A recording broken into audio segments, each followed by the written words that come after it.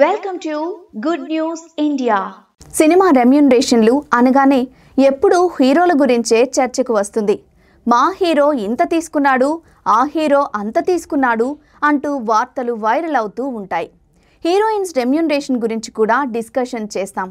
కానీ డైరెక్టర్స్ గురించి మాత్రం ఈ విషయంలో పెద్దగా పట్టించుకోరు. అప్పట్లో అంటే ఎంత పెద్ద డైరెక్టర్ అయినా 2-3 కోట్ల కంటే ఎక్కువ తీసుకునేవారు కాదు. తర్వాత శంకర్, రాజమౌళి లాంటి వాళ్ళు 20-30 కోట్ల వరకు దర్శకుల స్థాయిని పెంచారు. ఇప్పుడు రెమ్యూనరేషన్స్ విషయంలో సినిమా దర్శకులు హీరోలతో డి అంటే డి అంటున్నారు.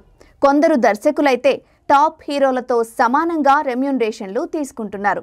దాంతో హీరోలతో పాటు డైరెక్టర్స్ రెమ్యూనరేషన్ కూడా ఇప్పుడు ఇండస్ట్రీలో వైరల్ అవుతోంది. ప్రస్తుతం ఇండియన్ సినీ ఇండస్ట్రీలో టాలీవుడ్ టాప్ ప్లేస్లో ఉంది.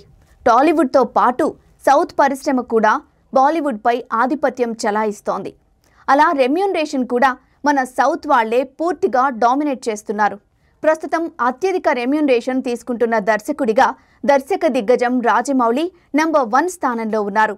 బాహుబలి సిరీస్, RRRల ద్వారా వందలు వేల కోట్ల కలెక్షన్లతో చరిత్రను తిరగరాసిన ఆ డైరెక్టర్ సినిమా లాభాల్లో వాటా తీసుకుంటున్నారు.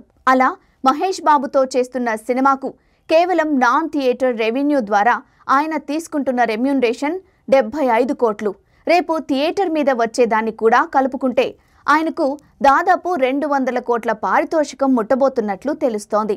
2వ స్థానంలో కూడా తెలుగు దర్శకుడైన సందీప్ రెడ్డి వంగ. అర్జున్ రెడ్డి బాలీవుడ్ యానిమల్ సినిమాల ద్వారా ఒక్కసారిగా ఇండియాలోనే టాప్ డైరెక్టర్గా ఎదిగిపోయిన సందీప్ ప్రభాస్తో చేయబోతున్న మూవీకి 125 కోట్లు తీసుకుంటున్నారు. 3rd place sensational director అట్లీది. ఈ తమిళ దర్శకుడు అట్లీ తమిళ చిత్రాలైన మెర్సెల్, బిగిల్తో పాటు షారుఖ్ ఖాన్ నటించిన జవాన్ వంటి బ్లాక్ బస్టర్లతో భారతీయ సినిమాలో తన స్థానాన్ని సుస్థిరం చేసుకున్నాడు. ఇప్పుడు icon star Allu Arjun announce చేసిన ప్రాజెక్టు కోసం అట్లీ 100 కోట్ల పారితోషికం పొందుతున్నారు. తర్వాత 80 కోట్లతో 4వ స్థానంలో బాలీవుడ్ దర్శకుడు రాజ్ కుమార్ హిరానీ, 75 కోట్లతో 5వ స్థానంలో సుకుమార్, 60 కోట్లతో సంజయ్ లీలా భన్సాలీలు ఉన్నారు.